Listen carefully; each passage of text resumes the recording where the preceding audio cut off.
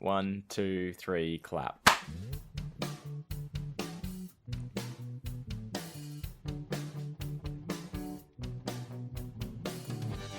Hi, and welcome to Hey Buddy, Nice Podcast. Over there in Scotland, someone who's just abandoned a whole group of people that was relying on them. That's Brogan Hastings.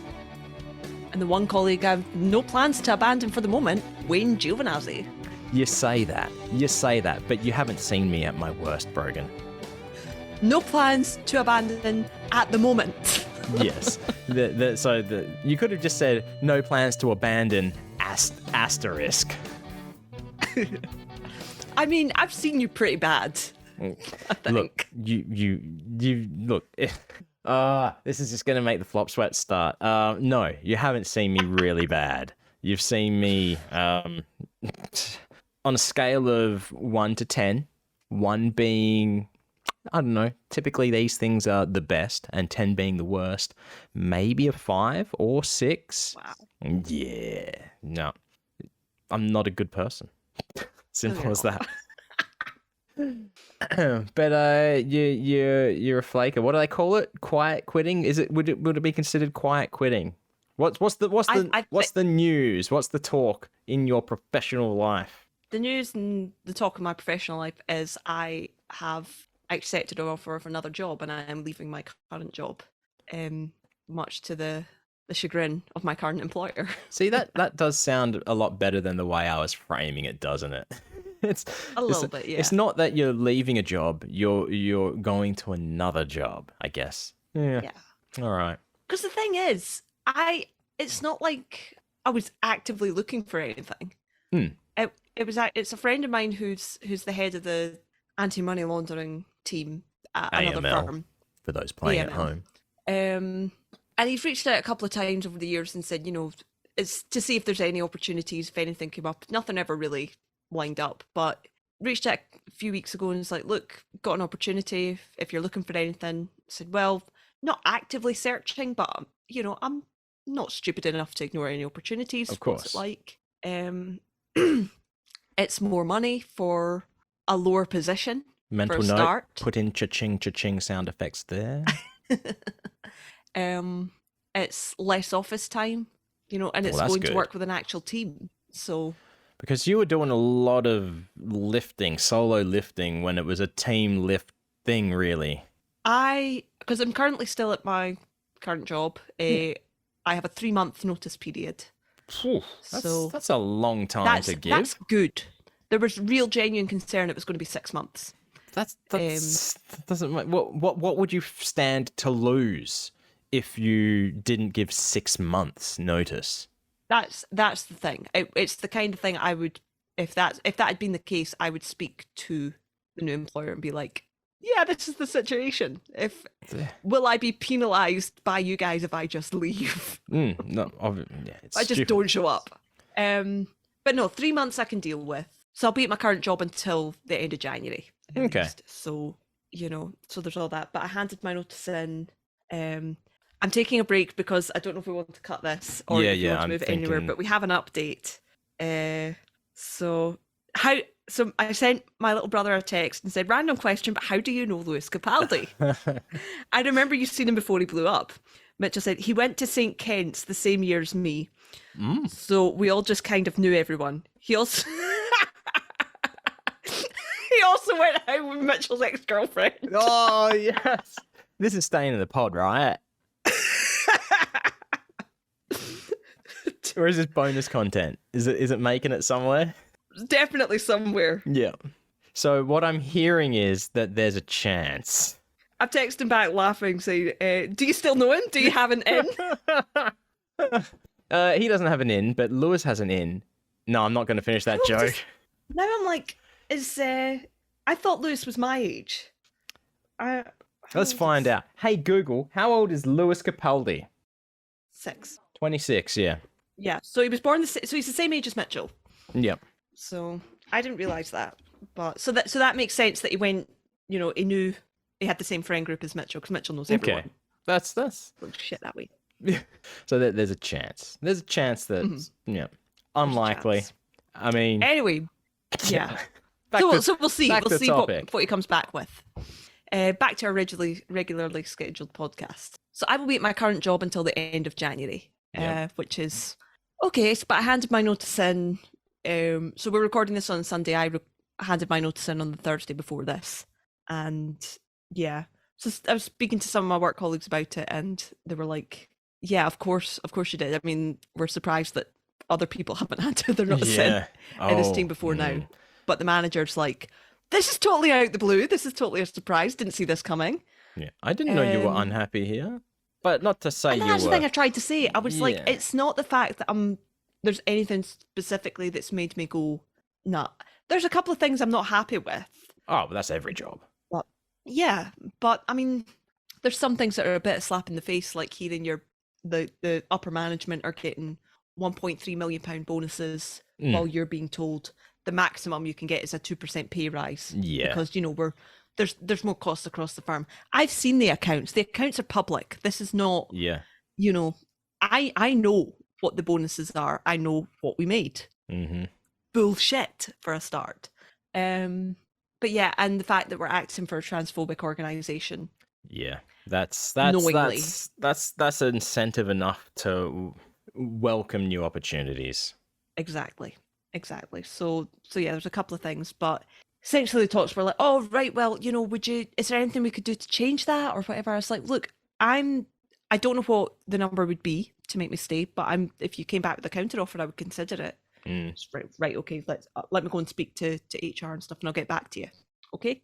The Friday I came into an email saying, Brogan, I have spoken to the board and HR, and we accept your resignation. Wow. And to be honest, the number I actually had in my head and wasn't going to say was 50 grand a year. That's what it would take to make me stay. You're saying an additional 50? Oh no, they would have to bump my salary up to 50, which is pretty much double what I'm on now. Yeah, it's hard to work out with currency conversion and stuff what that means, and cost of living is different. But I come to understand that for a full-time position, for the workload, you would find that acceptable. Yes. Yep. Yes. Which even if they had come back with a counter offer, I couldn't have seen them saying that at all. So there was like the absolute tiniest, slimmest chance I was ever going to say yes to staying. Yeah. So even if they came back with the number that you had in mind, if it was me, I feel like I would probably, with the culture of the company and direction, I would consider not staying still. Me for personally. 50 grand, I would stay for at least another couple of years for 50 grand. Would you have used that offer against them and talked to the prospective hire and saying, this is what I'm being offered to stay? I would 100%, like if that had happened. So say, for example, they came back with the counter offer. It was, we will pay you 50 grand to stay. Mm-hmm. Because I'm friends with Fraser, I would drop him a message and saying, can you phone me as soon as you get a chance? Yeah. I would talk to him and say, look, this is the position I'm in. I'm being offered 50 grand a year to stay. I would rather not, but I'm letting you know what the situation I'm in is. Because technically I'm still before the cut-off date for accepting was 1st of November. Yeah. It's 1st. So, but so I would 100% have spoken to Fraser about it before I did anything. But, that's the situation I'm in now. And considering the ultimate goal at some point is to find a job in America, to move to Las Vegas. I still don't know if I could look. I don't. It would be a scary thing to do, to want to not necessarily to want to, but to actually live in America after like leaving a first world country to go to a third world country. The problem is, I think I'm currently in a third world country anyway. Look at the shit state of my government. Yeah, but nothing. Government is not the only contributing factor. There's also quality of life. There's rights of the people. There's living wage, cost of living. When you weigh all those things up... Would I get a hysterectomy before I move to there? Abso-fucking-lutely.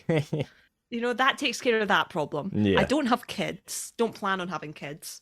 So, that takes shooting and potential of losing a child to school shootings far, far down.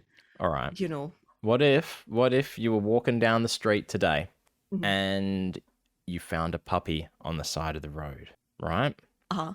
You tuck that puppy home, year or two in, that dog is yours. You love it. It loves you. You get a little jingly jing on the phone. The phone rings. It's like, hey, Brogan, we've got a job for you over in America, in Las Vegas of all places. Come on over. No dogs allowed. What are you going to do? Dad, can you look after this little puppy dog? See, I couldn't. Well, do it. actually, no, that's not true. First question is, and how much are you paying me to leave my beloved dog behind? 50 grand. Oh, you're paying me 100 grand. That's fine. Yeah. Bye, doggy. Now I don't have to worry about you. No, I would just give him to my dad. Okay, yeah. I guess it's not like a racehorse. You don't have to shoot it. No. Yeah. I have family members who can take care of dogs and who would quite happily take a dog. See, I would... No, I couldn't do that. My dog would have to come with me. And I don't even have a dog. I mean, there is always the option of, this is my stuffed toy. Oh, what do you know? It's done a TED and come to life. Ah. Well, it's here now. Or you can be like, why are you talking to my pretend stuffed dog? What? It's not moving. Why are you it's not acting barking. like it? Yeah. Why are you about. Acting like it's gnawing on a bone right now? You are crazy. Just completely gaslight the American public. All right. So leaving one. So you've had other jobs, which we've heard about. We've heard of a haunted bookstore. We've heard, not on this podcast, but what was the place? It wasn't the haunted bookstore where you had someone in a headlock. That was my very first job. That was 2 weeks into my very first job. That was TK Maxx, or if you're American, TJ Maxx. Oh, if you're Australian, I don't Maxx. know. Do you not have TK Maxx? Maybe. It sounds familiar. What do they do? They sell stuff double like X? It's like an outlet store. Yeah, we got TK Maxx Australia. Store locator. Let's see if there's one within walking distance. No, there is none in WA. There's 31 in Queensland and 43 in Victoria. The end. That explains why you've never heard of it. Fair enough. Yeah. No, that's not true. I believe I've seen them in airports. Come to think of it, I might be wrong. But TK Maxx. So was everything amicable at that job? But I assume, how old were you at your first job? 16. All right, school age then. It was only ever a Christmas temp job. And I think there's stuff I'd done that didn't help myself. Oh, so dipping into the till. And I don't mean this in a bad way. Cash register. I mean in the sense that I was contracted for a certain amount of hours, and I think it was literally only 4 hours a week, because Christmas time, after school, that was obviously not what I was scheduling for. I was scheduling for a lot more than that. And I remember saying to my dad once, it started snowing. I said to him, I was like, I really don't want to go in. He said, well, it's overtime. You don't have to do it. Just phone in. Yeah. Which I did. And that was maybe not the best idea, because I was just a kid. I didn't realise that that's maybe not the done thing. That maybe you shouldn't do that if you want to get kept on. Yeah. It wasn't like it was a huge amount of snowfall. It wasn't blizzard. That year, it did turn out that we did get horrendous snowfall that year. But that year, not that day, not that night. Not that day. Would have been pretty cool though if it was like snowed. TK Maxx gets snowed in. And they're like, how did you know that, Brogan? How did you know? Yeah. In hindsight, I'm not surprised I didn't get kept on at that job. After my contract term ended. Yes. So past the Christmas season, it was a goodbye, Brogan. Yes. No Happy New Year's for you. No. All right, and then what was the bookstore called again?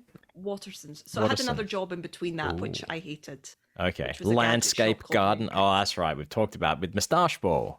Moustache Ball, yes. My guess was landscape gardener, but clearly that wrong. might have been nice, but yeah, I hated that job, didn't I, kind? So was it like a gift store, electronic store kind of place? Was it?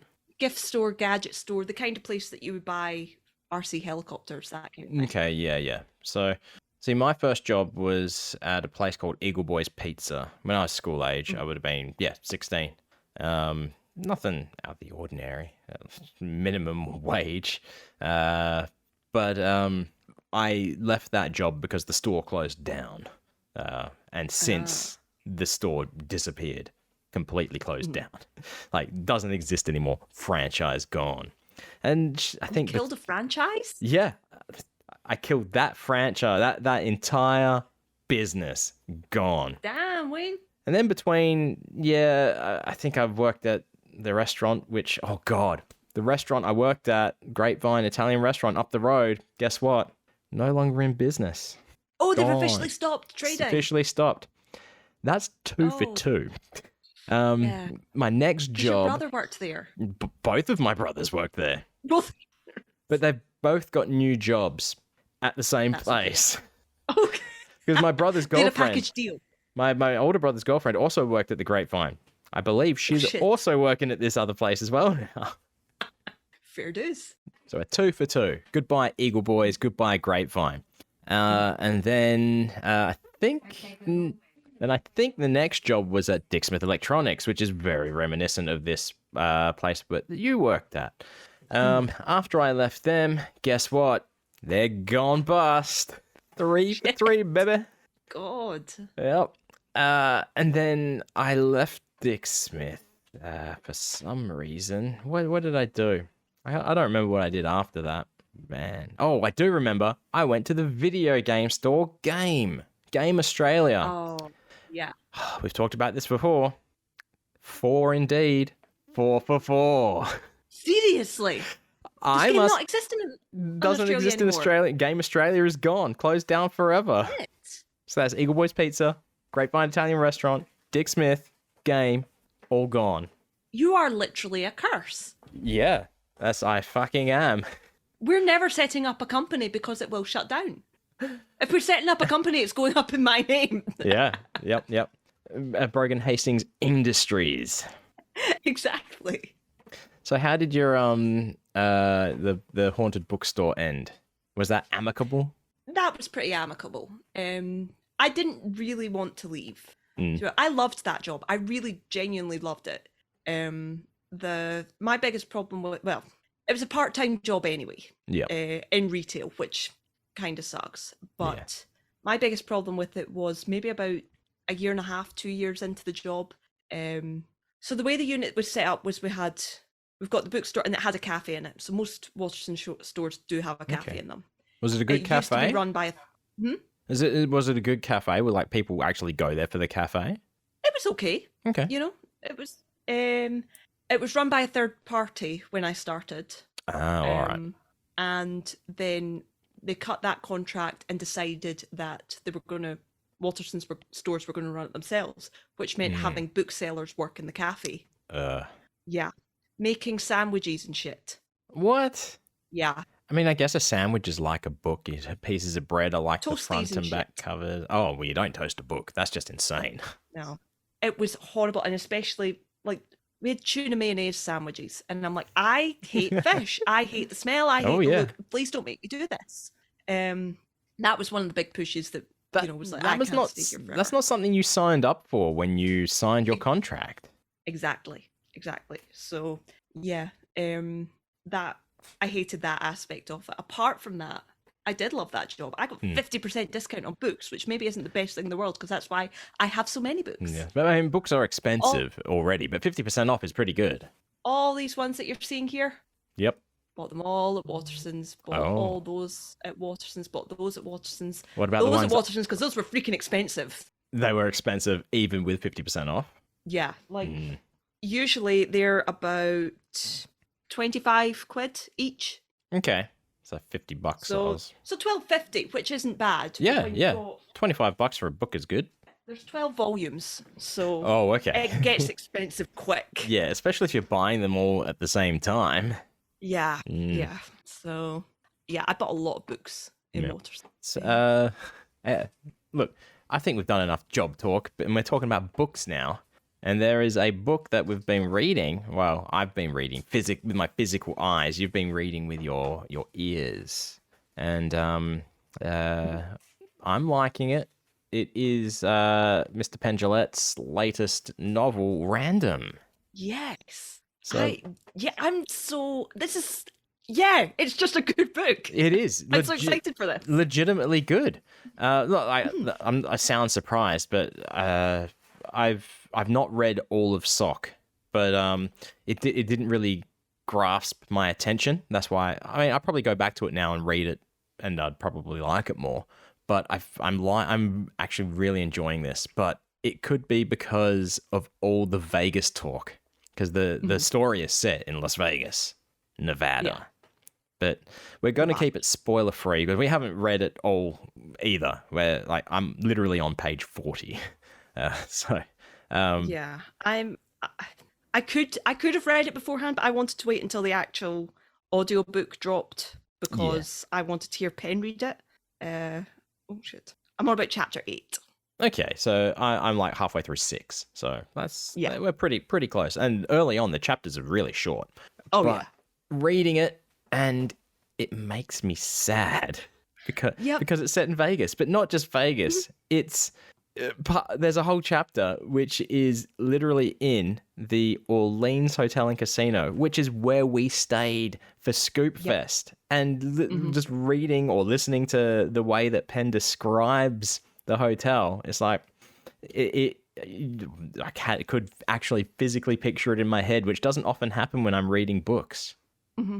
Yeah, when he was talking about the metal alligators on the door handles and stuff, yeah, I want to go back. And when it says taking the elevator up to the room, it's like, yep, that's either the elevator that we got into to every night to go up to our room, or the elevator that we dragged Spadoni into to take him upstairs.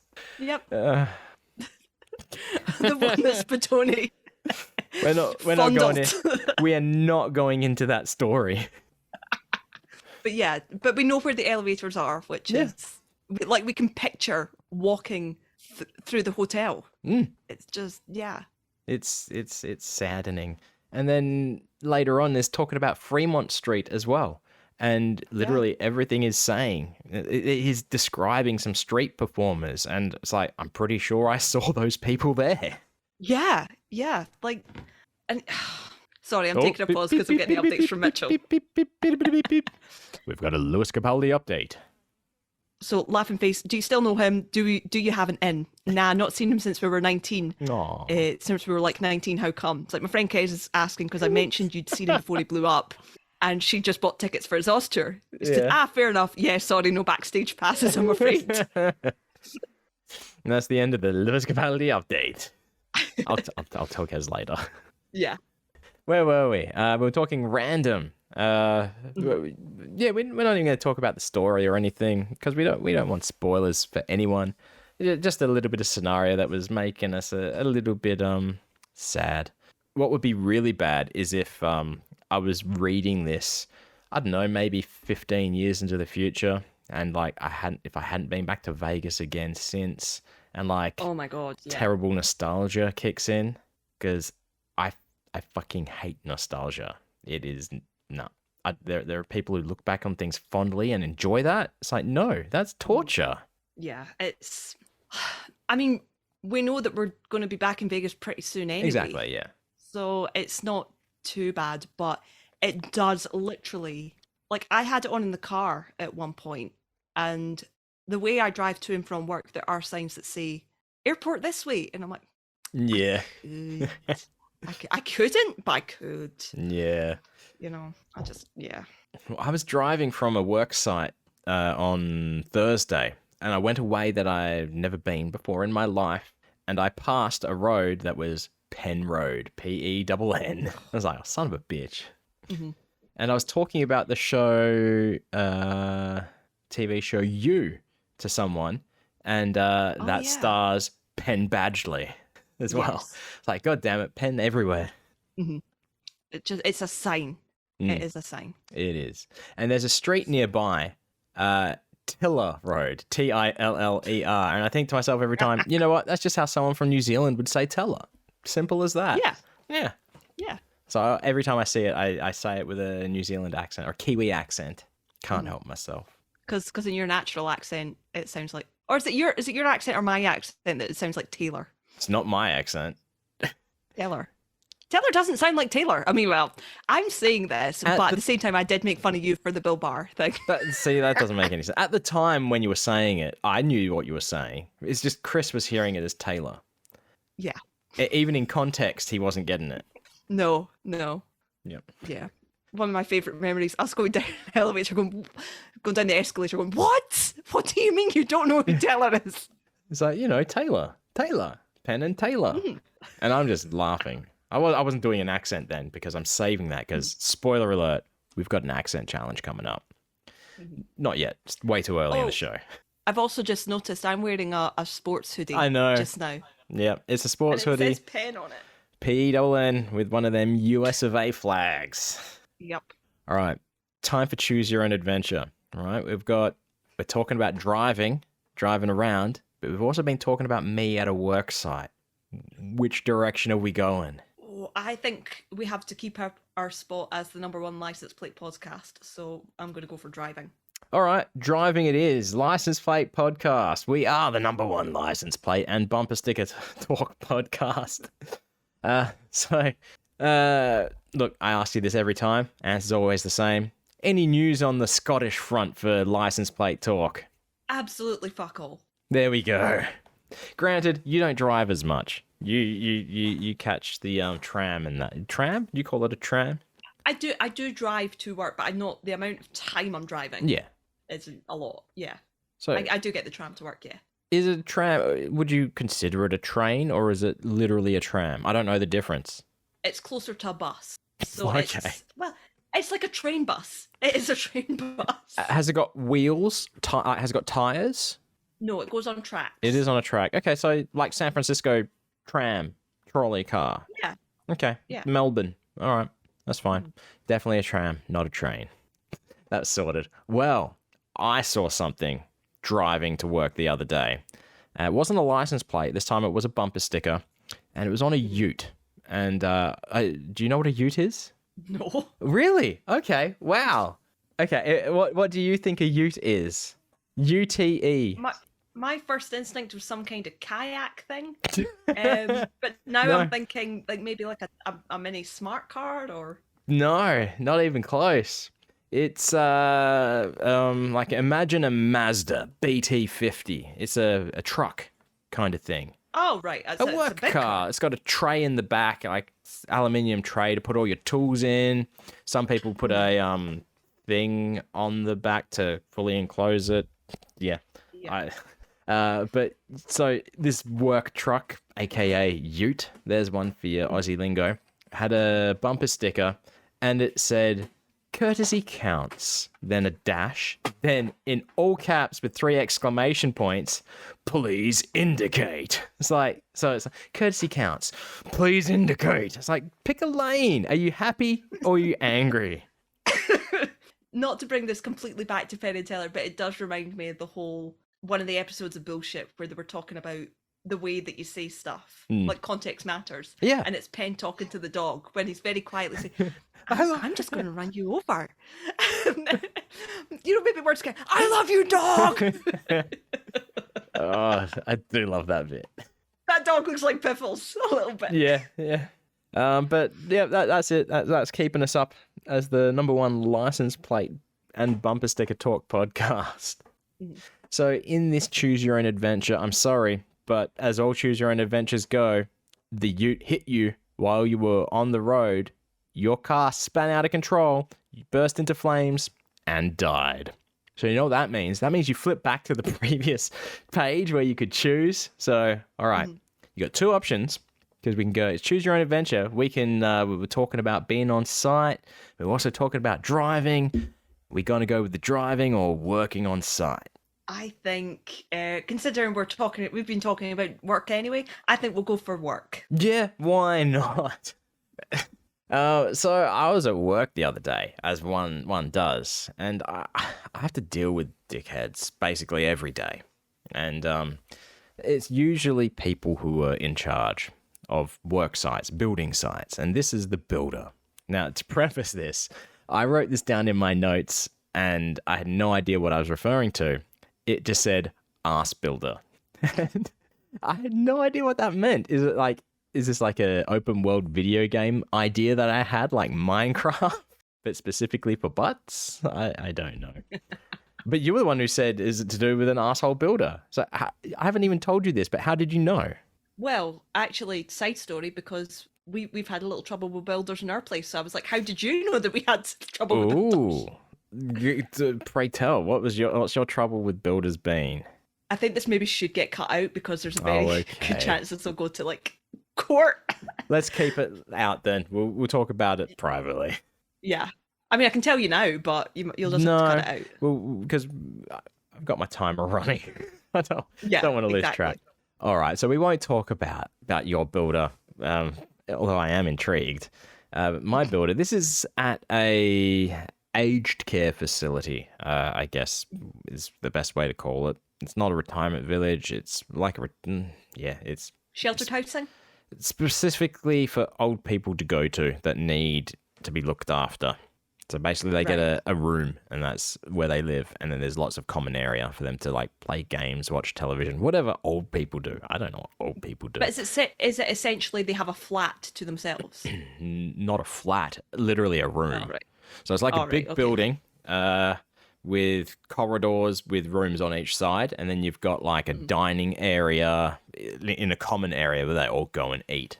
But the problem with this job has been when I first went there, the electrician told me, yeah, you're probably about a week early when we were told, get to site, do your fucking job. And it's like, well, this is the deal, can't be done. And we've had other shit lined up, so we couldn't exactly go back there to get it done.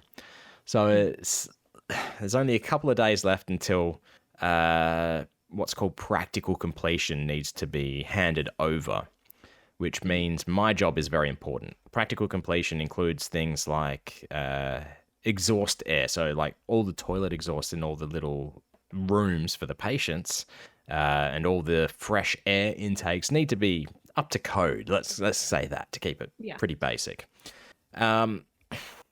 But every day I come across issues, so I've got this progress tracker which I update and I send through to my boss and then the people we're working for, and then they send it on to the builder and all that. So like I'm like, well, this fan isn't working, this isn't doing that, this is what's wrong. The builder approached me and is talking to me very angrily. Not at first, more like to the point. It's like, all right, you need to tell me what is left to do and how you're going to do it. I'm like, okay, well, this is what needs to be done. So, yeah, well, what about this kitchen exhaust fan? And it's like, okay, he's starting to be a bit of a fucking prick here.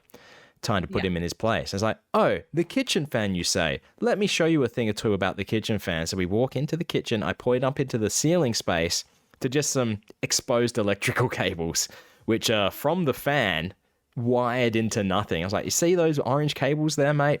That's the kitchen fan. I can't do anything with something that doesn't have power. And he's like, oh, okay. Well, what about everything else on this list that I've been getting from Shane?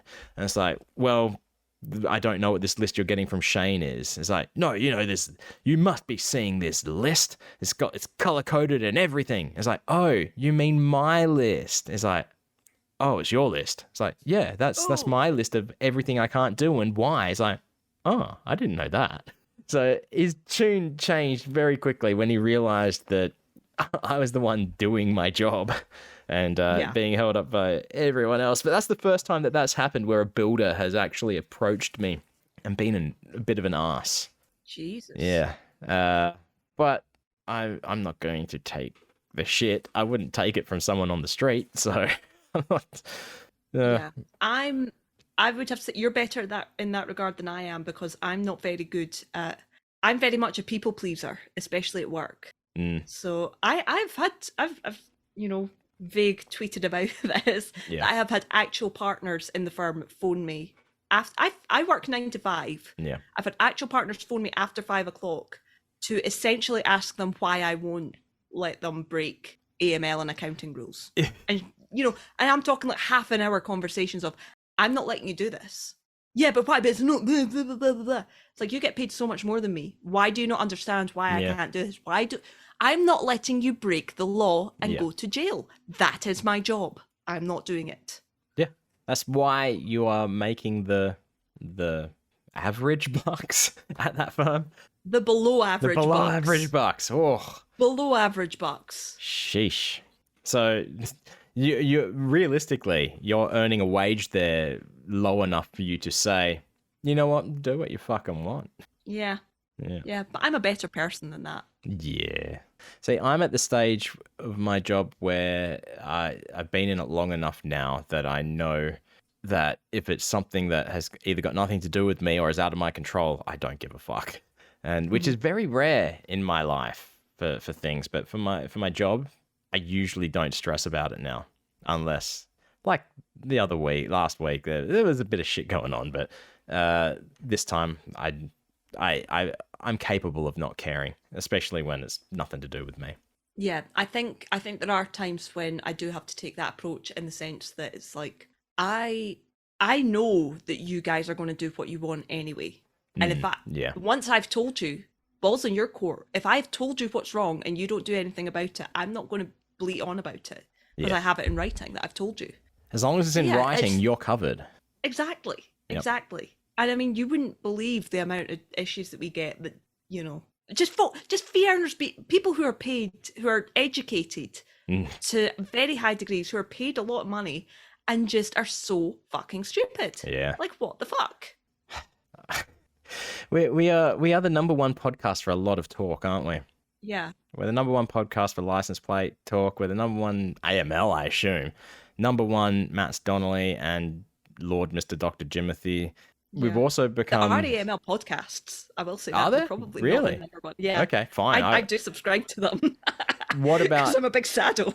What about number one Spider Talk podcast? I think we probably are up there. Up there, yeah. Because as I was talking to the builder, there was a spider on me. I thought it was a little bug at first because it was tiny. It was like very small, like smaller than a fly. I noticed every week you do this to me. Why? It couldn't bite me if it wanted to, but it landed on me, it like dropped from the ceiling or something, and I thought it was a bug. And I looked down, and it stands out because it's against my yellow high vis jacket that I'm wearing. And I'm like, you wear a high vis jacket. I wear high vis, yeah. I did not know that. Yeah, Do you have a helmet too? Most sites I have to wear a hard hat. Yes, yep. They're building sites most of the time. I suppose it makes sense. But... Yeah, we'll have to put a photo on socials. Yeah, yellow is not your color. This is highlighter yellow. This is big yellow. You know, you're not the first person to say. Color. You were not the first person to say yellow is not your color. It was in high school. Where uniform color was yellow, but it was like a mustard yellow, and they're like, "Yeah, yellow's not your color." It's like, I don't even fucking know you. Yeah. Thank you. Fuck off. Oh god. But yeah, little Spidey, and just a little flick, and it was gone. I say that as I'm wearing a shirt covered in spider webs, like pattern spider webs. But spiders are the least of my worry because I damage myself enough rather than spiders. I was gotten home from work and I had to go to the physio for my knee, which we've already discussed. So, you know, somehow I've already damaged myself getting looked at, but I've just come from work. So, you know, shower and shave and that, because I'd started to get quite scruffy, hadn't shaved in a while. And my razor, so it's one of them fancy 5-blade razors or some shit, and it's got the little one on the back for, you know, like edge trimming. And I've got a beard, so I use it like up around top of the under my nose. Right under my nose, bottom of the nostril, just sliced. Tiny little nick, as what happens when shaving, and it would not stop bleeding. There was nothing I could do. The face does not stop bleeding. Yeah. I'm getting ready for the physio. I can't go to the physio just bleeding out of my face. So I've tried. Not that attitude. Like pressure stops bleeding. So I'm holding it for like 10 minutes and remove the tissue. Nope, it's still like, it wasn't like a heap of blood, but it would drip off my face. It was that much blood. Gee. Yeah. So we got these I don't know. We had one of these little bandages, plasters, whatever you want to call it, Band-Aid, which is really good. I cut off a little bit, and it's I don't know what it is, but it sticks really well, and it promotes better healing or something. So I put that on it, and it was at least plugging up the hole so it wasn't bleeding. Thankfully, wearing masks in all healthcare situations, so I didn't look like an idiot with a little bit of bandage on my face. And before I left, it had been on my face for maybe half an hour. I was like, well, let's test and see if it stopped bleeding. So I took it off, and nope, still bleeding. Put another one on. I'm like, I don't know what to do to make this stop bleeding. And then I remembered from the video game Metal Gear Solid, when you have to fix yourself in Metal Gear Solid 3 Snake Eater, one of the things that Snake uses to stop bleeding is styptic. So I'm like, yeah, styptic. I wonder if that's a real thing. So I Google it. It's like, yep, styptic is used to, it's like aluminium or something. It's same shit that is in roll-on antiperspirant deodorant, or just antiperspirant deodorant, because the idea is it closes pores and blood vessels. So first suggestion is to like dab a bit of antiperspirant on your face. I didn't have any antiperspirant. So I'm like, I'm going to try and find some styptic. Looking online, nothing, nowhere. So I'm going to bleed forever, basically. But I went to the pharmacy after I'd been to the physio, and they've just got it in like the shaving section. It's called a styptic pencil. You just wet the end and tap it to the part that's bleeding. It stings like a motherfucker, but it's magic. It works. Like, skeptic, sure, no ghosts, but whoa, my mind was changed on styptic. Fair dues. Yeah. Fair dues. And you've not been bleeding throughout these recordings. Oh, so. No. It hasn't bled since either. It's just a little healing Nick now. A healing Mr. Nick, not a Dr. Nick. Yep. Of course. But yeah, it happens on occasion, so I'm glad I've got that styptic pencil. Probably won't get used for another 4 years, and it's probably got an expiry date of 2023 or something. Yeah. I don't know. Does aluminium expire? Is it aluminium? I can't remember what they put in it. But I guess it must be time for return of a segment which was missed last week in both episodes, and that is words that sound cool when said by Brogan Hastings. Yeah. Oh, I don't have it queued up, but we could be playing the sound in real time. What a shame. Oops. Have you got the list in front of you, or would you like me to share my screen? I do not currently have it. I will have in a second. All right. I'll make the octopus dance in the meantime. Got it. Oh. All right. So today's list of words comes from Big Sexy. Yes, we've done a Big Sexy list before, but that was only a kind of a Big Sexy list. That was one where we had to pull out words from statements more than anything. But this time, Big Sexy, he's come to the party. He's come to play. He's met the brief, and he's given us words or, very short statements, and it's done very well. But we almost lost them into the ether. Is that where you lose things? I don't know. Something like that. Yeah, because he sent them through to us on Twitter, and finding things on Twitter is hard. Like, you see them at the time, it's like, oh yeah, that's awesome, but then they get lost. So please email us. That's the best way for us to find things and keep track of them. Just nicepod. Nope, that's not right either. admin@nicepodbud.com or nicepodbud.com, and there's a contact form at the top of the page. Send it through. That way we will see your stuff and we'll get to it. But anyway. Yes. Here are 5 words when said by Brogan Hastings that sound cool, courtesy of Big Sexy. Moist. Pediatrician. Quintessential. Planetary exploration. Exploratory fingerlings. That one. The exploratory is good in that. The fingerlings make it a little bit creepy. Yeah, I don't think I want to know what that is. Well, a fingerling is a type of potato, but I'm picturing baby fingers. Not fingers of a baby, but like babies from like a a mother and a father finger who love each other very much have a baby finger. That's what I'm picturing. No, I was thinking like I don't know, chicken strips fingers. Okay, yeah, yep. Which are totally out of your ballpark. You don't go for any meat. No. I was going to ask you questions about chicken fingers, but then I realized you're the wrong person to have that conversation with. Yeah. But okay, here's something then. We can't talk about meat, but I don't drink it very often, but I bought a big bottle of orange juice the other day.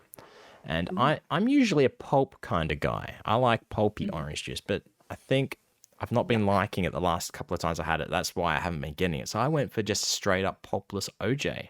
Do you have opinions on orange juice? I suppose it's hard to say because I live with mum and dad. So our groceries are bought by my mum because she's the one that goes out and does the shopping.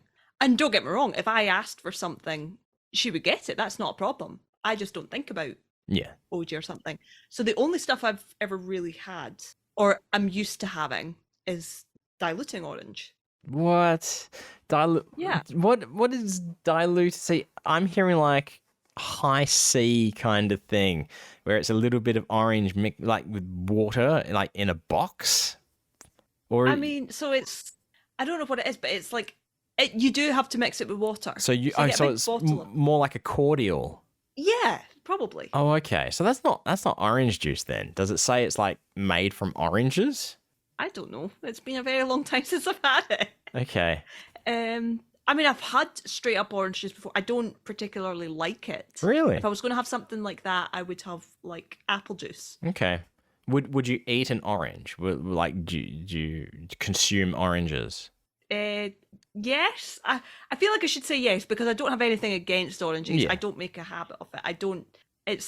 I can't really see a situation in where I would go, I'll have an orange. Look, an orange. Yeah, exactly. Oranges are more trouble than they're worth, to be honest. Yeah. I mean, you've got to peel them for starters, and there's too much of that pith crap on them when you eat it, and it's like picking it out of your mouth. And it's you don't want to be pulling shit out of your mouth while you're eating, especially if you're like eating in public. Like, I would never eat an orange in public. That's for sure.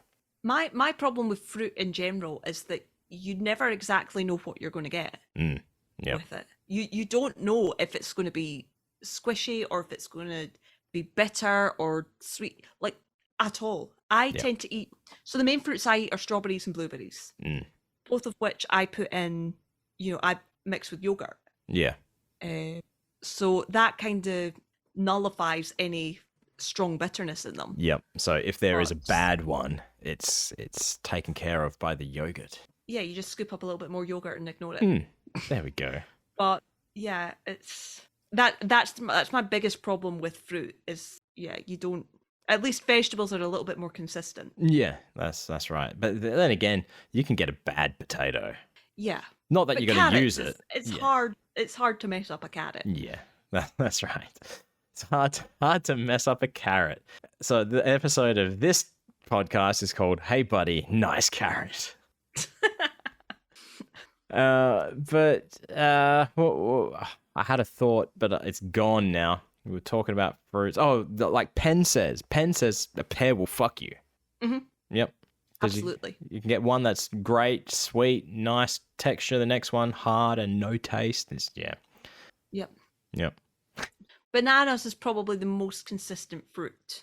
Yeah, but because you can generally tell where you are with a banana by looking at it. I don't like bananas very much because they hurt the roof of my mouth when I eat them. Okay. Okay. Just saying. Like, do you like banana flavored things though? I'll eat it. Yeah. Like foam banana sweets. What banana sweets? Foam. Have you never had these? No, I'm just making sure this is what you're saying. Like a candy banana. Foam. Yeah. Yeah. Yeah. I get it from the context clues because they have the texture of kind of like foam. Yeah. Yeah. And that's what they're called. That's what it says on the box. Oh, really? Here. It's foam bananas. Yeah. No, we get lolly or candy bananas. Mm-hmm. We just call them bananas. It's hard banana to distinguish smoothie? them. That will hurt the roof of my mouth as well. Oh. See, one time my grandmother bought us. Like, we arrived at their house and it's like, oh, we've got some bananas for you. I'm like, Gee, great. It's like, do you want one now? It's like, no, not really. It's like, you sure? I've got a whole box of them. It's like, a box of bananas? Bananas come in bunches, not boxes. And then I'm like, can I see this box? And yeah, they were like giant candy bananas. I assume, I say giant, like microphone abuse, like the length of my hand, basically. Size of my hand. Yeah, so that's the type of foam bananas you're saying? I'm imagining them a lot smaller, but that's, Majority of them are like that big. That's what you get in like your not all sorts, but assorted candy bags. Yeah, they usually, like the ones we get are usually like, it sounds horrible to say out loud, but bananas and shrimp. What? So, yeah. So, wait, hang on. I might have missed. I think they're like banana and strawberry flavored. Okay, I've missed something integral in this. Are you saying shrimp candy? What? Yeah. Are they shaped like a shrimp? What's going on here? Google foam, shrimp, and banana. Okay. And foam, bananas, and shrimp. Foam, shrimp, banana. Okay. How to make? Okay, so it's shaped like a shrimp, a prawn, not shrimp. And they're kind of shaped like bananas. They're weird looking. Barrett assorted foam, shrimp, and bananas. Yeah, interesting. Yeah. So it's probably more accurate with the flavor for bananas because it's banana flavored, but I think the shrimp are like strawberry flavor. Well, who's gonna eat a shrimp flavored candy? Well, exactly. Yeah. All right. Let's leave this banana talk and fruit and vegetable talk behind because we're getting close to the end. So we billboarded it earlier on. I guess we're gonna have to do it. It's an accent challenge. Today's challenge comes from Winter's Scoop, and they've said try this one on for size. So we will. We're going to try it on size. Look, Winters, you gave us some demands for this. You said that you want to hear us do it in an American accent and then our own accents. Is that what we're going to do? Have you seen this yet? We can do that. Yeah. Okay. Which means that you're not doing it in Scottish and I'm not doing it in Australian. Yeah, I think we're just doing it in our own, and then I closed the email, so I can't quite see what the request was. You know what? How about I open it just to see? Yeah. How about you open it and how about you share the screen? Because then I can do that. Why not? There's a button around here not? somewhere, isn't there? Share the screen. Share. All right. Okay, here we go. So the email says, okay, fine, I'll send an accent challenge. I don't know if this is the sort of voice he was saying it in, but this one is for both of you to say in American and each other's accent, so not our own accent. Is that what we're gonna do, or how are we gonna do this? We do one or the other. Yeah, I think we could do American. We haven't done American for a little bit. We'll do American and our own. Mm-hmm. All right, because our own is the baseline. It's the control. Yeah. All right. How do we do this? It feels like it's been so long since we've done an accent challenge. Usually it's I do it in my plain accent, then you do it in your plain accent, or do I do it in my plain accent and then an American accent? How do we do it? No, plain, accent. Okay, cool. So we'll do plain. I'll go first. Now, I don't know if this is a quote from something, a movie, song, or anything. I Googled it. I couldn't find it. It just looks like a bunch of words, which I'm fine with. I mean, a bunch of words that make a sentence, of course. Mm-hmm. Yeah. Sorry, yeah. I'm looking at the email and I'm laughing at the very last sentence because the last sentence says, I say again, as I said before, Brogan did nothing wrong. And I'm like, yes, Brogan very did valid. Nothing wrong. You're so valid, OP. Okay, so I can't really preface this with what it is, but I'm sure I'm going to have some kind of music playing in the background. I already know what it's going to be. Here we go. Try this suit on for size. We have an orange jumper and an aluminium cane in the back to go with it. That's it. Can I just say, this is touching on a few things that we talked about. It's got aluminium, orange. It sounds like it's in a department store, maybe a kind of place that we've worked at. This is entirely accidental because this is the first time I'm actually seeing this email. So none of this was predetermined. Yeah. It's weird. But yeah, so that was your plain one. Mine is, try this suit on for size. We have an orange jumper and wow, I could not say that word. Aluminium? I'm going to do that again because my brain just literally stopped. Yeah, so I'll allow it because it's not like you're doing it in the. Oh, my internet connection is unstable. I think because I don't usually say aluminium. What would you say? You say aluminium, So, though, not aluminum. Okay. Yeah, you kind of froze there and I didn't know if it's stuck or not. But right. Try this suit on for size. We have an orange jumper and an aluminium cane in the back to go with it. Yeah. I'm very confused about this because when they say an orange jumper, are they meaning like a jumpsuit? Because to us, a jumper is like a sweater. Uh-oh, you've frozen. So did you. Yeah. Yep. It's back now. I was saying this is a bit confusing because it says we have an orange jumper. Is that like a jumpsuit? Because to you and me, a jumper is like a sweater. Zoom just does not want us to do this accent challenge. Oh no, it's still bad, is it? Okay. Well, where we last left off, we were halfway through an accent challenge, but we're having technical difficulties. So what we decided to do is finish off this accent challenge. Look, it's been 4 or 5 minutes of bullshit, but I'm about to read this out in an American accent. So here we go. Try this suit on for size. With an orange jumper and an aluminum cane in the back to go with it. I say again, as I said before, Brogan did nothing wrong. All right, it's your turn. We got to wrap this up. So we're going for you, American accent. Here's a clue. Don't say aluminium, say aluminum. Try this suit on for size. With an orange jumper and an aluminum cane in the back to go with it. And then I also read that I say again in an American accent. I say again, as I said before, Brogan did nothing wrong. Brogan did nothing wrong. Oh, that was my Brogan did nothing wrong. That was my Bill Clinton. I was even doing the little thumb thing. That's a little bit southern for you. Yeah. I say again. I say again. I said before. Brogan did nothing wrong. Doug Dimmadome, owner of the Dimsdale Dimmadome. Thibodeau. My name is Thibodeau. I don't even know what we're saying anymore.